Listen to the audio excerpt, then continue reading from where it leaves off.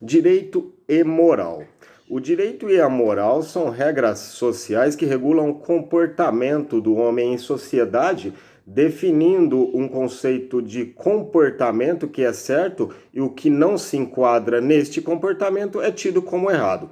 Se observarmos os fatos que acontecem na sociedade desde os primórdios, é possível enxergarmos que existem regras sociais que se cumprem de maneira espontânea, como ser bom, por exemplo, ser honesto. Tais comportamentos são cumpridos sem necessidade de ninguém nos forçar para agir dessa maneira. É o mundo da conduta espontânea, onde estas regras sociais são cumpridas muitas das vezes sem que nem percebemos. Este é o campo de atribuição da moral.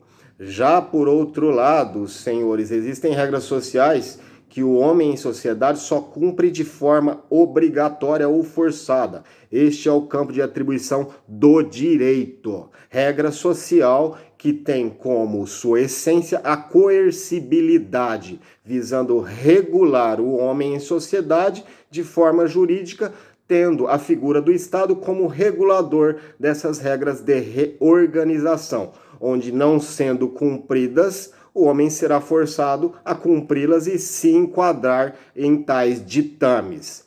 Essa é só uma das diferenças entre o direito e moral.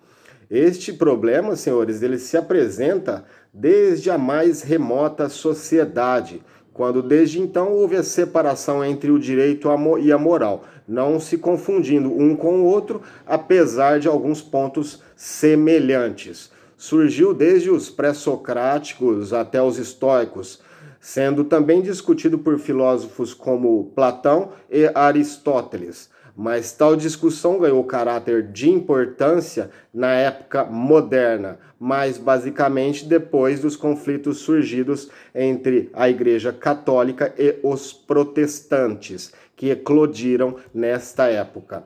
A reforma luterana trouxe consigo o surgimento de lutas violentíssimas não só na Europa, onde esta teve sua origem, mas também no continente americano, causando mortes e destruições no mundo inteiro. O problema ganhou esta proporção, pois os protestantes passaram a conflitar-se não somente com a igreja, mas entre eles mesmos, surgindo dessa feita várias correntes protestantes. E desta minoria, cada chefe de Estado passou a intervir na vida das pessoas, interferindo em suas convicções religiosas, evidentemente querendo que estes fossem da religião em que eles defendiam. Ou seja, quando o chefe de Estado fosse membro da Igreja Católica, queria, logicamente, que seus súditos fizessem parte dessa religião, assim como ocorria com os protestantes. Foi neste momento em que o problema ganhou um olhar mais significativo, pois como os chefes de Estado passaram a intervir na vida social de seus súditos, houve a necessidade de delimitar até que ponto o poder público poderia fazer essa intervenção, o que só era possível voltando ao ponto da discussão do direito e da moral, distinguindo assim o mundo jurídico do mundo religioso moral.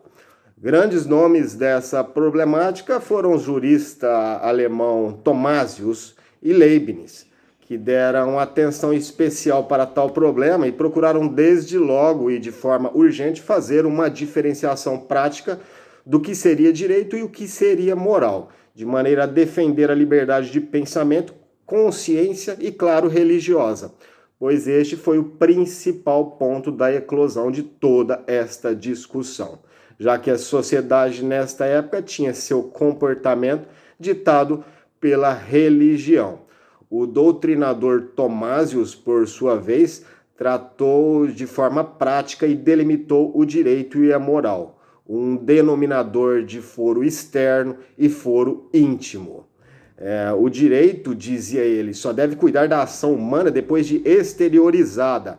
A moral, ao contrário, diz respeito àquilo que se processa no plano da consciência. Enquanto uma ação se desenrola no foro íntimo, ninguém pode interferir e obrigar a fazer ou deixar de fazer. O direito, por sua vez, rege as regras exteriores do homem, ao passo que as ações íntimas pertencem ao espaço da moral. A moral e o direito ficavam assim totalmente separados, sem possibilidade de invasão recíproca em seus campos, de maneira que a liberdade de pensamento e de consciência recebia, através da doutrina engenhosa, uma tutela necessária. Deste modo, Tomásio entendeu que, como o direito, dominado por ele como foro externo, só cuidava das ações que o homem em sociedade exteriorizava ao poder público, só poderia intervir naquilo que se projetava no mundo exterior. Sendo assim, para ele, o homem não poderia ser obrigado pelo chefe do Estado a ser católico, judeu, protestante, umbandista ou qualquer religião que seja, já que essa escolha é íntima, interna, pessoal. E ressaltou também que se essa escolha causar dano a outrem, aí sim poderia ser coagido, não pelo fato de estar exteriorizando, e sim por ter causado o dano. No mundo moderno, outros doutrinadores trataram do assunto, como, por exemplo, o pensador Grócio, grande nome do direito internacional. Já no mundo contemporâneo, basicamente nas últimas décadas do século XIX, é que o assunto voltou a adquirir importância, principalmente com o doutrinador Rudolf Steiner.